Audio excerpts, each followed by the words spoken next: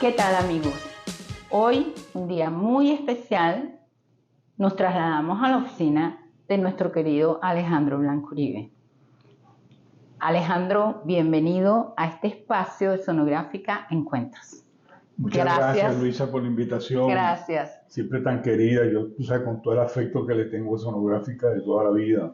Tú eres parte de esta familia, parte fundamental de esta familia, donde comenzamos con un proyecto Fonotalento. Fonotalento, que fue la productora donde este señor que tenemos acá agrupó a todo un cúmulo de talento, de músicos de escuela, de verdaderos creativos, autores, que conformaron después ese catálogo maravilloso que pasó a Sonográfica y que hoy en día representa el mejor catálogo de este país y quizá de la América Latina, con artistas que se han proyectado internacionalmente. El artífice de toda esta obra es Alejandro, que junto a un gran equipo lograron este éxito. Alejandro, para mí es un placer, de verdad, un honor, y tú sabes que te quiero muchísimo y te respeto. Muchas gracias. Igualmente. En este trabajo que vengo desarrollando de recuperar archivos, de recuperar toda esa memoria fílmica de los artistas de Sonográfica y de muchos artistas de la época de los 80, porque además de estar en Fonotalento, tú fuiste también parte fundamental en la creación de ese estudio maravilloso que fue Telearte. Y en Telearte grabó mucha gente que no era sonográfica.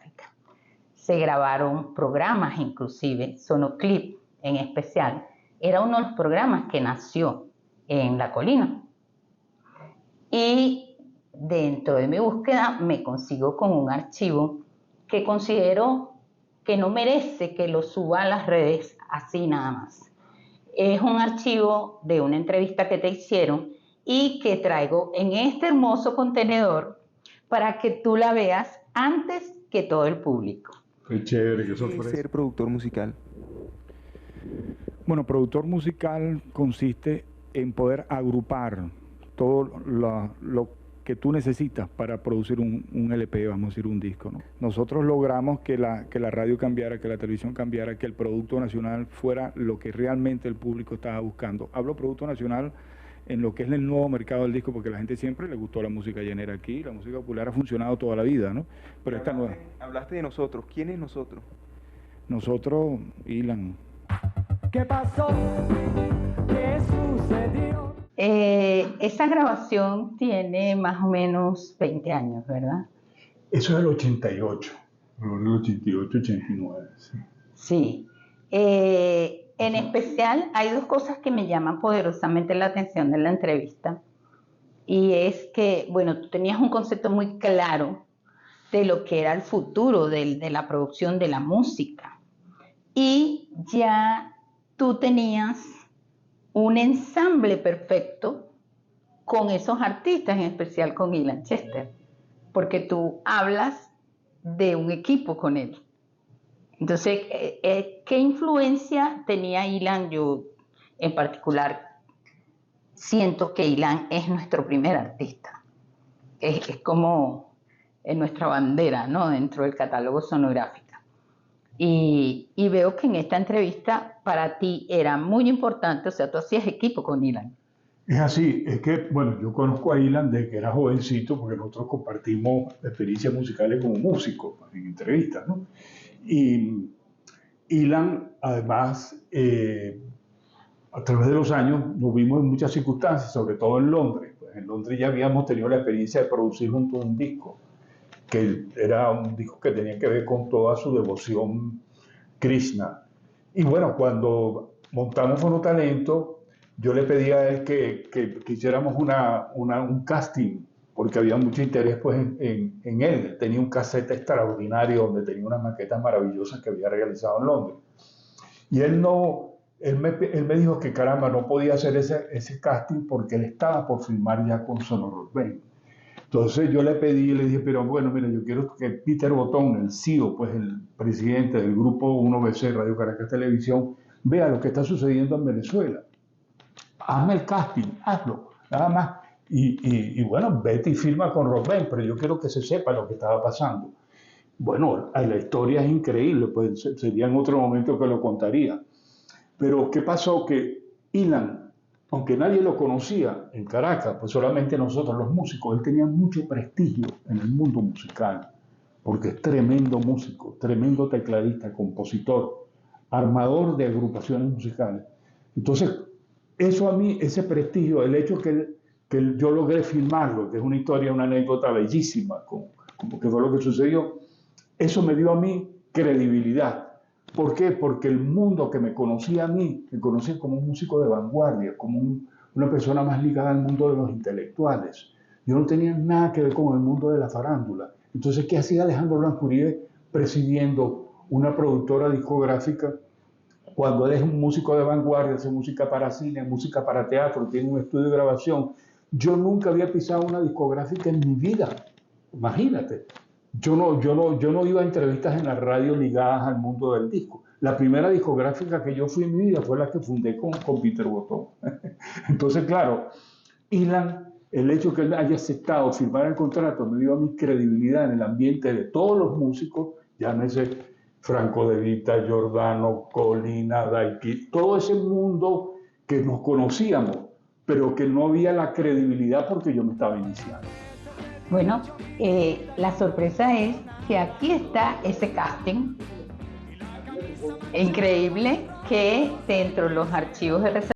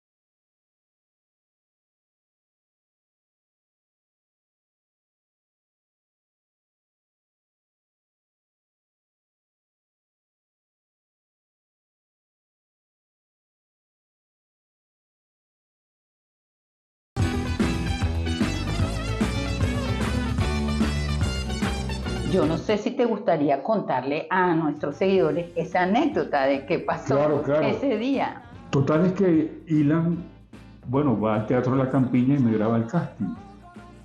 Eso es todo. Y yo voy a una reunión en Radio Caracas Televisión donde se une toda la directiva para ver el primer casting que hace Fonotalento.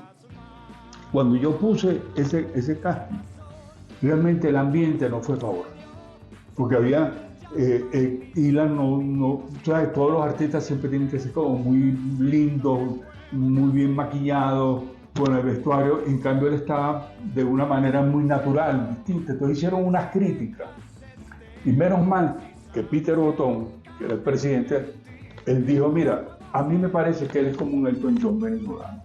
Y eso fue, oye, premonitorio. Cuando salimos de esa reunión, me dijo Alejandro, vamos a hacer una cosa. De ahora en adelante nos reunimos, somos tú y yo, más nadie. Y tomamos las decisiones nosotros dos. Si a alguno de nosotros dos no nos gusta el casting, el artista no va. Pero si los dos estamos de acuerdo, lo firmamos.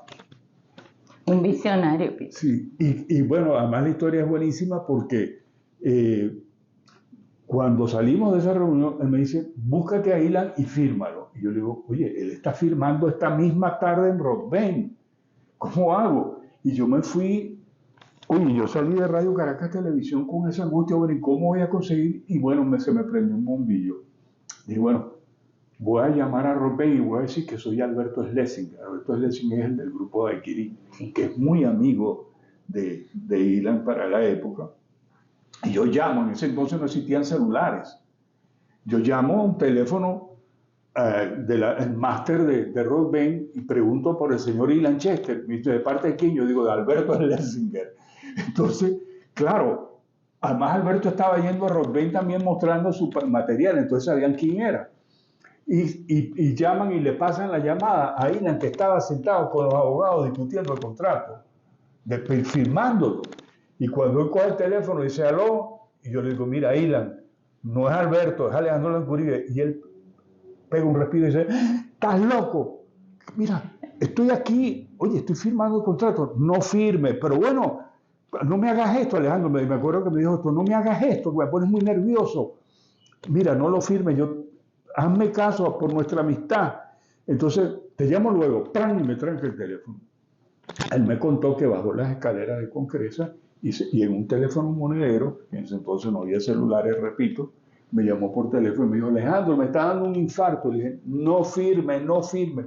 Me lo llevé por un restaurante y ahí lo convencí. Y bueno, así fue todo. Así fue, qué historia tan bonita, porque además sonográfica, Fonotalento, sonográfica, Sonartis, todo el grupo se ha caracterizado por ser muy espontáneo, muy natural, muy orgánico toda la vida.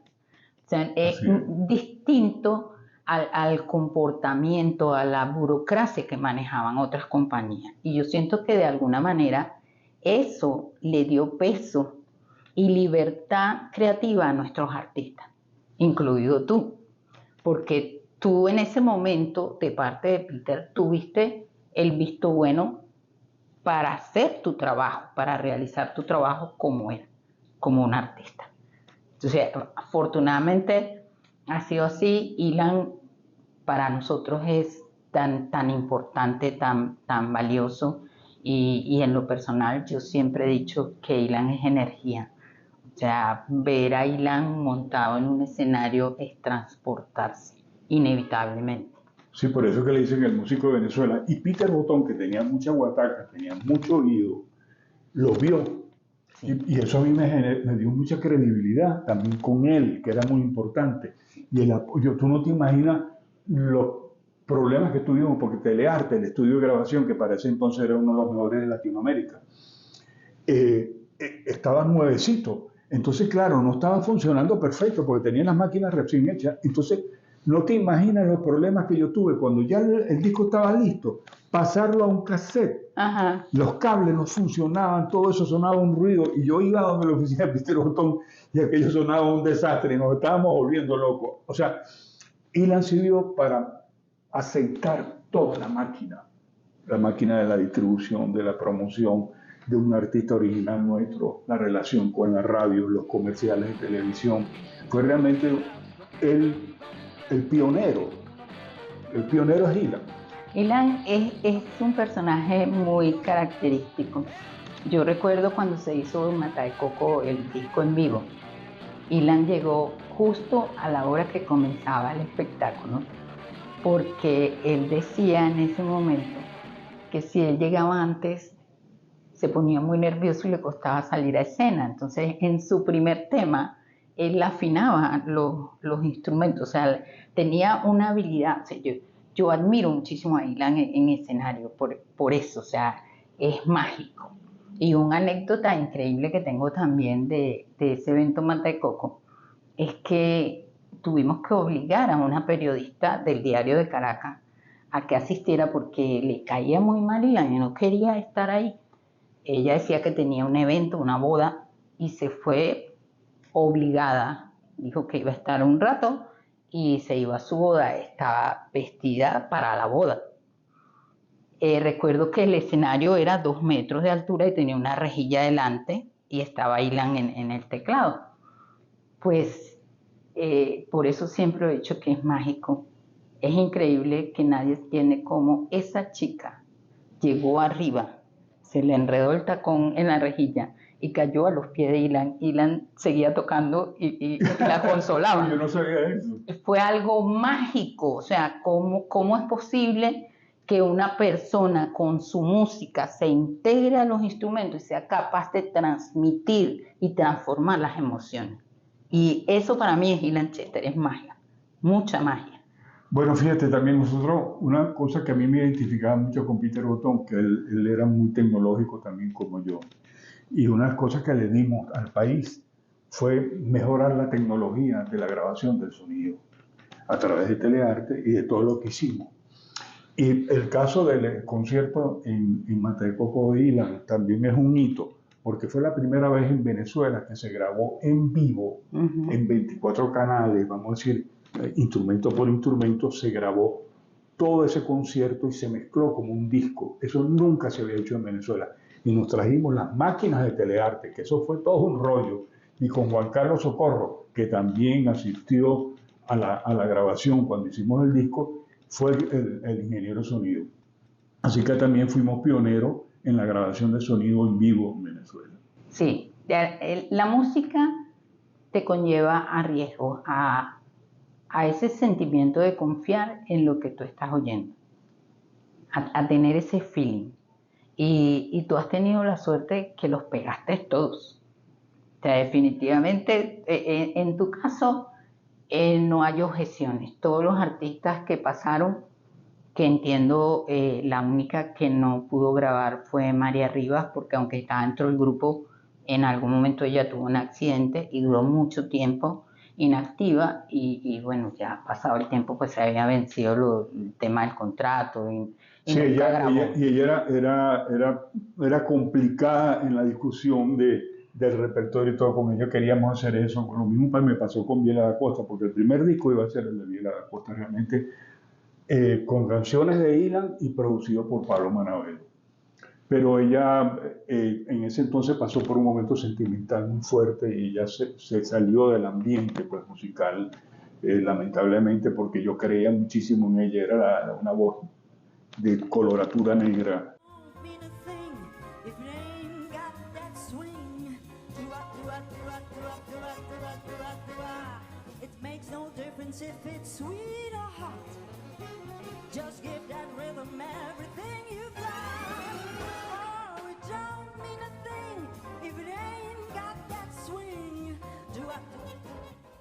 Que no hay en Venezuela, porque las voces en Venezuela son muy blancas. Y bueno, ella, gracias a que, bueno, a la unión que tuvo con Álvaro Falcón, lograron mantenerse en el ambiente musical haciendo cosas maravillosas. Pero realmente no lo digo por ninguna pretensión, sino, bueno, la vida me acompañó de la mano de Dios, como quien dice. Por lo general, en la industria discográfica, de 5 productos que tú sacas, si pegas uno, es mucho. Sí. Eso no, así, más o menos la cuenta. En cambio, nosotros fue al revés. No, maravilloso. O sea, pegamos todo. Maravilloso. Sergio Pérez tiene un primer disco donde cada tema es un éxito. Sí. Elisa Rego. Sí, o sea, sí. Es que todos tienen ese encanto y yo creo que es de la mano de los que estábamos detrás. Así es. Que supimos cómo canalizar ese talento, esa imagen y proyectarla al público. Porque, por ejemplo, nunca en ninguna conversación sobre la producción musical de todos mis artistas, como le decía yo, hubo la expresión de que, oye, vamos a hacer esto porque es más comercial. Nunca usamos esa expresión, nunca. Siempre era porque lo queríamos hacer, porque nos gustaba, porque era lo que nos parecía lo mejor. Y además éramos muy cuidadosos por todo lo que hacíamos, por la escogencia de los músicos. Y otra cosa que es determinante, Venezuela vivió un momento maravilloso, veníamos de unos años 70 gloriosos y los años 80 fue el resultado de una economía extraordinaria, de un país que venía con una fuerza muy grande, de un canal de televisión, o sea, la empresa de comunicaciones más importante del país nos apoyaba. Y su presidente, el señor Peter Botón, le encantaba la música, más que la televisión. Entonces, claro, se dieron todas las circunstancias para pasar lo que está sucediendo hoy en día, que estamos en el 2024 y uno oye la radio y fundamentalmente el catálogo de sonográfica, sin duda. Claro, definitivamente. Y te puedo decir, Alejandro, que yo he estado recientemente en Medellín, en Colombia, y en la calle tú te puedes encontrar sitios donde se oye es la música de nuestros artistas, donde puedes oír Giordano, Ruy La Scala, Carlos Mata, Franco De Vita. O sea, nosotros traspasamos la frontera. Y más allá de lo profesional, de la calidad de nuestros artistas, está ese sentimiento, ese deseo que venía desde la cabeza de la empresa en pro de la música. Yo siento que eso influyó muchísimo en la libertad de crear, en ser espontáneo y poder expresar lo que realmente el artista quería. Además que era más negocio lo que nosotros proyectábamos, aunque se decía, bueno, más venezolano, porque éramos 100% producto venezolano, las canciones, los temas, los artistas, el estudio de grabación, la fábrica de discos, todo era, mientras que la competencia grababa todo en España, con músicos españoles, canciones españolas.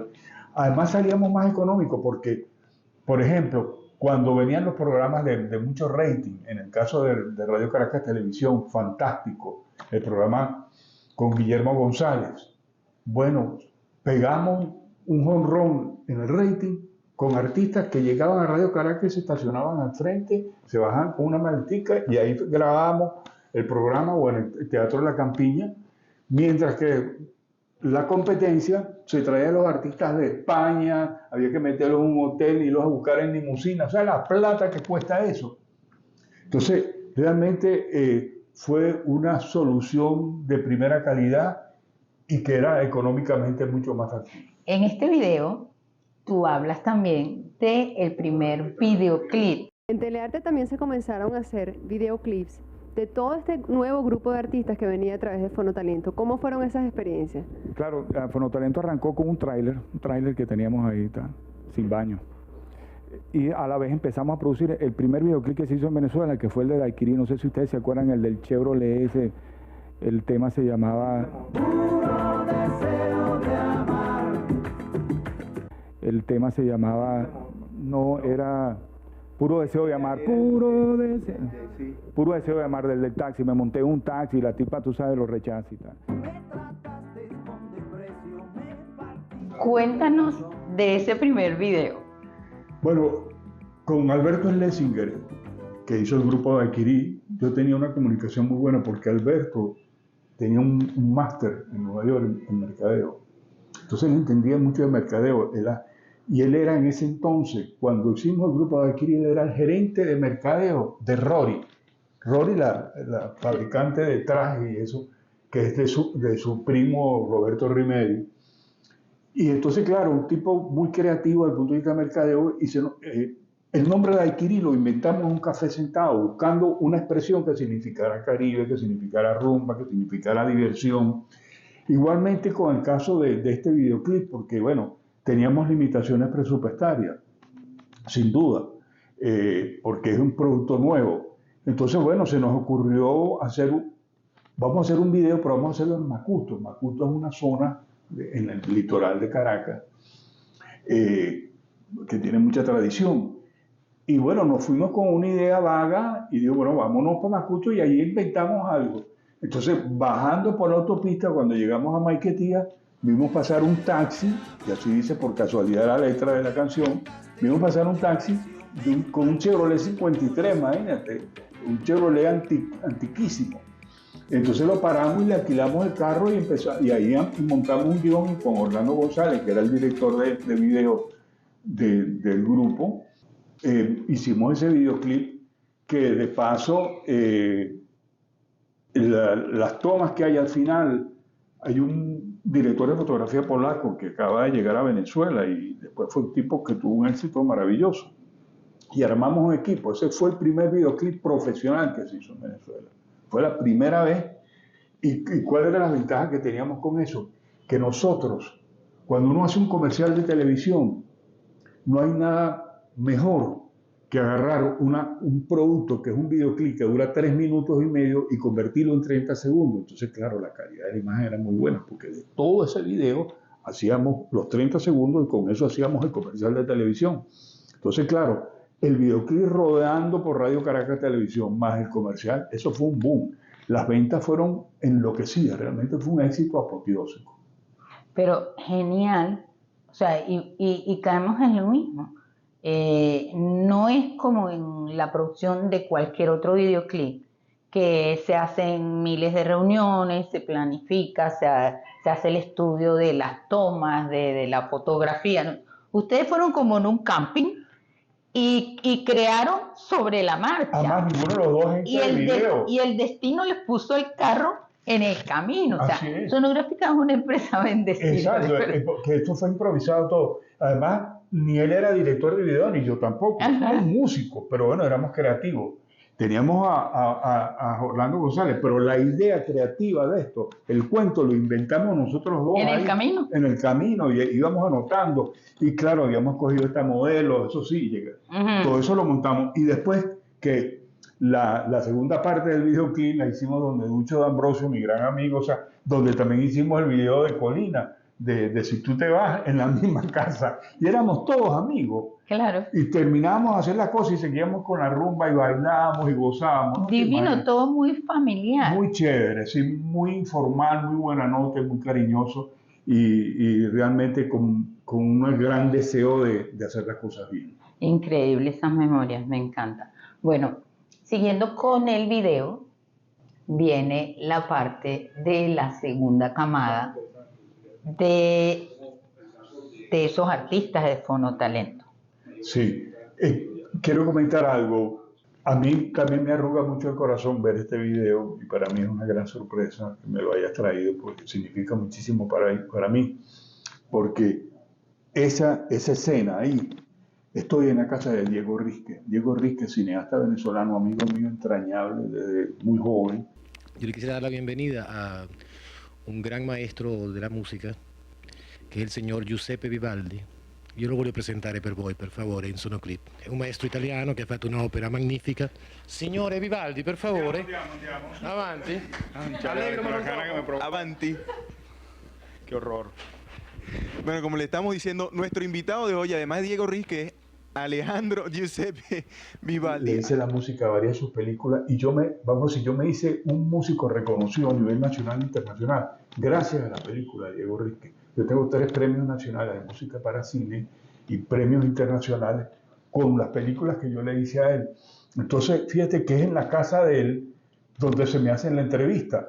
Y yo tenía esa cosa doble, paralela, que yo estaba en el grupo Radio Caracas Televisión, era productor musical, era ejecutivo de la industria discográfica, pero mi vida como artista era músico para el mundo del cine y las artes plásticas, porque yo hacía también música en el Museo de Arte Contemporáneo, en la Galería de Arte Nacional, con artistas plásticos que hacíamos instalaciones de arte, con videografía, videoarte, sonido de música electrónica. Y yo tenía esa combinación. Y ahí, en el video, estoy en la casa precisamente de Diego Risque, y ahí aparece un afiche de la película América, que yo le hice la música. Entonces, claro, me trae mucha nostalgia porque lamentablemente Diego Risque falleció, pues, de una enfermedad muy grave, y me trae esos recuerdos. Y la pregunta que me hiciste ahorita, se me olvidó ya. Estoy de verdad fascinada porque siempre lo he dicho que detrás de estos videos hay historias que no son lo que se cuentan, sino que van más allá. Ajá, y precisamente en ese momento, perdona que te interrumpa, ahora me acuerdo de la pregunta. Ajá. Es cuando, porque Fonotalento tuvo 2 etapas. O sea, yo estuve en Fonotalento, cerramos Fonotalento, ingreso a Sonográfica, primero como vicepresidente y después como director dentro de la empresa Sonartis. Y estando ahí en Sonográfica, un día yo salí a la calle y me conseguí a Ritter Botón, que venía caminando por la acera. Y me dijo, Alejandro, vamos a hacer Fonotalento otra vez. Así, imagínate, así, en la calle. Oye, vamos a hacerlo. Sí, porque hace falta nuevos talentos. Y de ahí hacemos la segunda y de ahí nace esta camada. La de Lisa Resgo, la de Sergio Pérez, la de Juan Carlos y Fernando, la de los Merenguitos, la del grupo WAC, Feedback, otro grupo que se me pasa en la mente. O sea, fue un momento maravilloso, una segunda parte extraordinaria. Era la nueva camada realmente de los talentos de Venezuela. Sí, y bueno, volviendo al video, en esta parte del video tú hablas de esa segunda camada, donde en especial hablas de Elisa Rego y también tenemos el casting de Elisa Rego y hablas del grupo WAC. Sí, por cierto, Elisa Rego también tengo una anécdota porque ella era muy joven, Elisa Rego, porque en el caso de los artistas de la primera camada no eran tan jóvenes. O sea, cuando yo firmé a Ilan tenía ya 30 años. Uh-huh. Y Giordano era de mi edad. O sea, y yo era un hombre de 34 años ya para ese entonces. En cambio, Elisa Rego sí era mucho más joven. No me satisfizo la experiencia sexual. Se me inflaron los vapores, me convertí en un huracán. Di unas 3 o 4 vueltas y a la quinta me cansé. Este cuarto es muy pequeño para las cosas que sueño. Ay, soñé por un momento que Eran tan jóvenes que yo tuve que ir a su casa y hablar con su papá como para pedirle la mano a ella. Permiso. Tuve que hablar con el papá, que era un diplomático, había sido embajador. Elisa, por cierto, nació en Río de Janeiro, por eso, por el trabajo diplomático del papá. Y bueno, ellos, tú sabes, la mentalidad era Radio Caracas Televisión, qué perdición, mi hijita, que se la llevan allá a ese mundo de la farándula.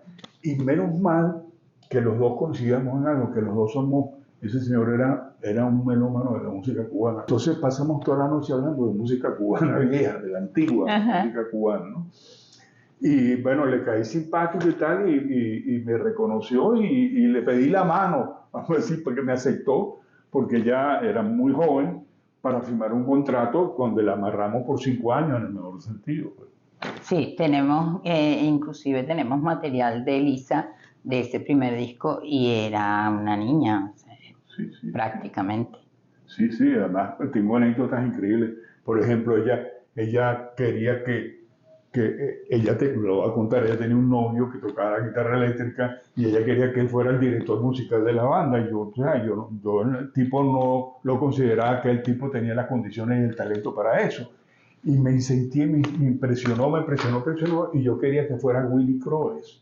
Willy Croes, su primer disco que él produjo, sí, como productor musical, fue el disco de Elisa. Y no solo le produjo el disco, sino que se unieron y se casaron y vivieron juntos décadas. Sí, es cierto, es cierto. O sea, no solamente le cambiaste al director, sino a la pareja. Maravilloso. Así que son vivencias increíbles que nos ha dejado esta empresa que finalmente es como una banda, y no una banda delincuente, una banda musical, y donde todos participamos con todo el corazón, y ese es el mejor ingrediente que tiene Fonotalento, Sonográfica, todo este catálogo maravilloso.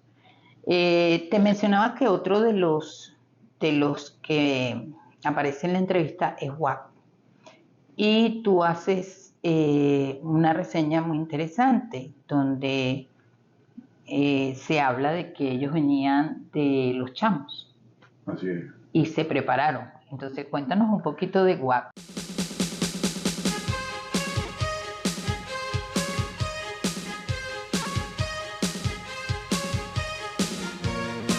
Sí, claro, yo como soy músico también, músico formado, y yo venía pues, de haber estado con José Antonio Abreu, yo fui su primer asistente cuando formamos el sistema de orquesta. Yo venía de una agrupación también de música de vanguardia venezolana con jazz, con Jerry Well, o sea, era un músico. Entonces, claro, yo ver los grupos como Menudo, que bueno, yo los admiro y los aprecio por el éxito que tuvieron, pero no los respetaba musicalmente, pues vamos a decir. Hablando de música absoluta, ¿no? Los respeto como artistas. Y claro, cuando se me aparecieron estos chamos, que me dicen, mira, son los que eran los grupos chamos, yo digo, oye, pero tú sabes, No, estos tipos se formaron, se prepararon. Y realmente lo admirable de ellos fue que ellos no hicieron como a menudo, ellos se formaron, se trabajaron sus instrumentos y armaron un grupo, el grupo WAC, con repertorio propio. Y para mí fue maravilloso porque yo venía también de haber estudiado en Londres, yo viví todo el movimiento New Age, punk, eso mientras yo vivía allá. Y Londres, vamos a decir, entre tantas cosas que ellos han promovido a nivel mundial para la música del espectáculo, ¿no? Desde los Beatles, cualquier cantidad de productos buenos, Londres siempre ha tenido la vanguardia, vamos a decir, han sido los que han dado la moda en lo que es los peinados, los vestuarios, los artistas pop. Ajá. Siempre la vanguardia. Y ellos tenían ese look tipo inglés y tocaban la onda tipo New Age, como Spandau Ballet y esos otros grupos que estaban muy de moda, Tia, Foo Fighters y todo eso. Y en Venezuela eso era incipiente y ellos eran como la vanguardia los que traían eso. Entonces, desde el punto de vista más estético, me encantaba el grupo WAC. Por eso lo firmé. No, y excelente porque te puedo decir que hoy por hoy están entre México y Venezuela, pero se mantienen activos. La gente en México los ama por el tema de los chamos y su actividad junto a esos otros grupos parchitos continúa. Increíble. Entonces, siempre pensando en retomar la historia, ¿no? Sí. Es importante destacar que, bueno, ellos, por ejemplo, ¿por qué WAC no tuvo mayor trascendencia en Venezuela? Porque precisamente ellos están en la frontera cuando la juventud venezolana perdió poder adquisitivo. Y con la plata de los productos que compraba la juventud, los discos, era que podíamos hacer nuevos artistas. Y al perder poder adquisitivo, el mercado cayó, pues se redujo y no pudimos seguir sacando nuevos talentos y el país cambió. Entonces, claro, ellos no pudieron disfrutar de lo que sí disfrutó todos los demás artistas de mediados de los 80, donde sí había un auge económico en el país. Ya para el comienzo del año 90, ya el país venía convulsionado desde el punto de vista político y económico, y los años 90, que hubieran sido ideales para el WAC, no se pudo cristalizar porque, bueno, con todos esos alzamientos militares y todas esas cosas que sucedieron, no hubo pues el entusiasmo económico para seguir adelante. Sí, murió esa oportunidad.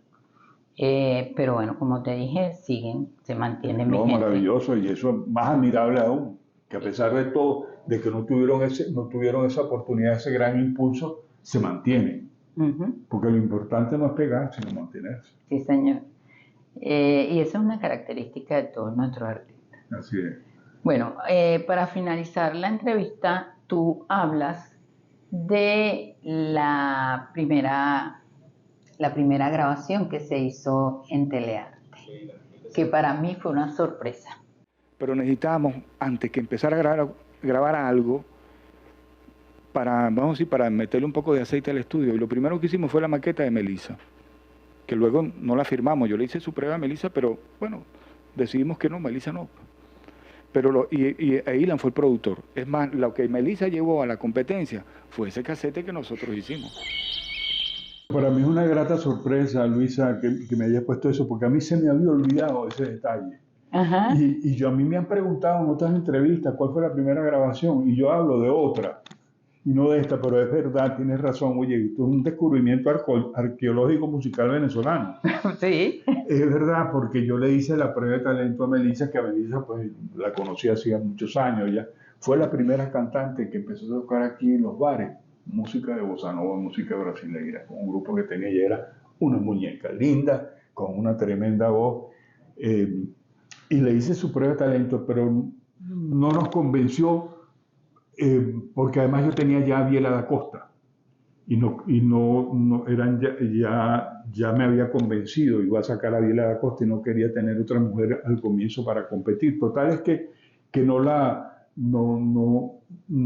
firmamos a Melissa, pero la verdad que es una grata sorpresa. Ahora me hizo acordar que sí es verdad que la primera grabación fue una maqueta que le hicimos a Melissa, además dirigida por Ilan Chester. Sí. Que se ganó una plática con eso, porque bueno, estaba comenzando, él quería como aceitar pues el estudio para cuando él entrara, porque él se trajo un ingeniero de Inglaterra, ya el estudio estuviera rodando sabroso.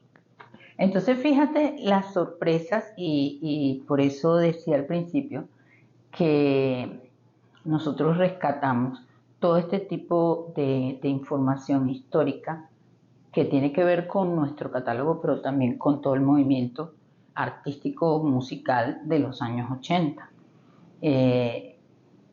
Era también una parte de la historia que yo no conocía, que Melissa grabó, la primera grabación que se hizo en Telearte fue de Melissa y que la hizo Ilan Chester, ¿no? Sí, sí. Fantástico. Para mí, un placer poder compartir esto contigo. De hecho, te voy a dejar una copia del video para tu registro.